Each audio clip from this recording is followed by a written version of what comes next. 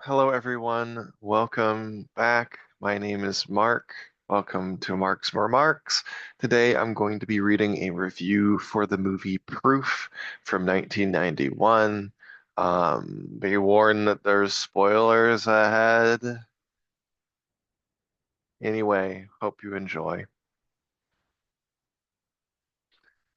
The modern world is full of a deep epistemological anxiety. The more we know for certain, scientific and otherwise, the less we know that we can even know anything in the first place.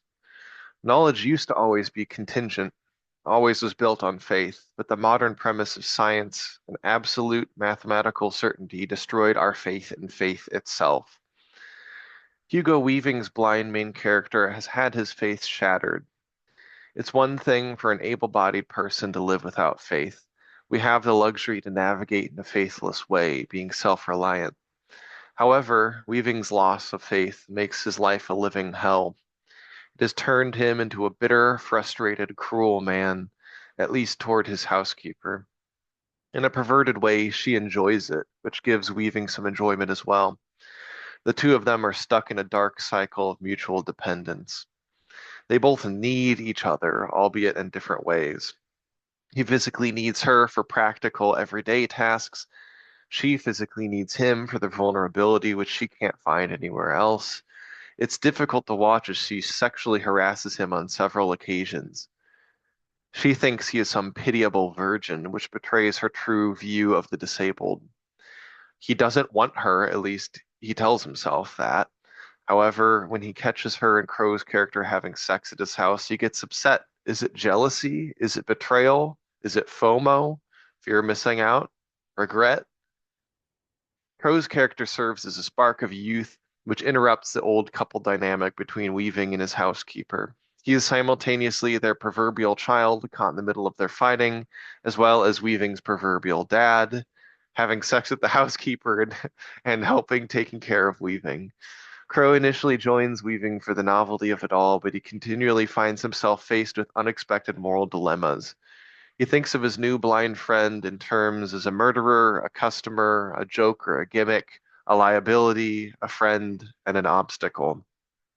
Weaving's blind protagonist is never simplified to a cliché or stereotype, which is perhaps the strength of the movie. As a result, it bridges so many genres from a buddy film at the start to romantic drama in the middle to potentially horror closer to the end. I think that the last one is the most interesting. Where did my dog go? Why does it always disappear when I'm at the park? Why is this woman sexually assaulting me? And how do I get home without my walking stick? On several occasions, people with sight drive him home, and he has to simply trust him that they're taking him there. The most disturbing moment of the movie is arguably when Crow sees the photographs of Weaving at his housekeeper's apartment, which Weaving himself never saw hung up on the walls. Weaving's sole tie to objective reality still relies on faith, despite his disdain for it. He takes photographs and shows them to sighted people, people with sight. For him, consensus can limit the need for faith, but it can never totally displace it. It's tempting to think of ourselves as Crow's character, but I think that that misses the point. It's somewhat illuminating to reflect on how we take advantage of others, but I think that Weaving's explicit blindness helps bring awareness to our own kinds of blindness, emotional, intellectual, spiritual, and otherwise. Where have we allowed ourselves to become bitter and cruel? The movie raises an intersectional point by having the blind main character exert and abuse his power over his housekeeper. As Byung-Chul Han argues in his short book, The Burnout Society, we are all simultaneously exploited and exploiter. The difference, the differences have been blurred to the point of blindness, pun intended. What is the solution? Of course, it's faith, that unavoidable, infuriating, impossible yet necessary part of everyday life. The more we struggle to escape it, the more completely we sense our indebtedness to it and our need for it. Maybe it's time we shed our American shell of individualism and level with our vulnerable selves. After all, you can't spell love with proof, but only with trust.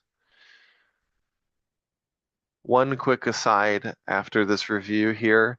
Um, This review went into a book chapter that is forthcoming, but I have no ETA on when that book will ever come out or if it will ever come out. I'll let you guys know if that ever does happen. I addressed a bit more of the ableism a bit more directly in that. So if you're wondering why it's missing from this review, it's because I put a lot more of it in there. Um, Hope you guys enjoyed it. Without that, please do not like, please do not subscribe. I won't see you in the next video. Thanks. Bye.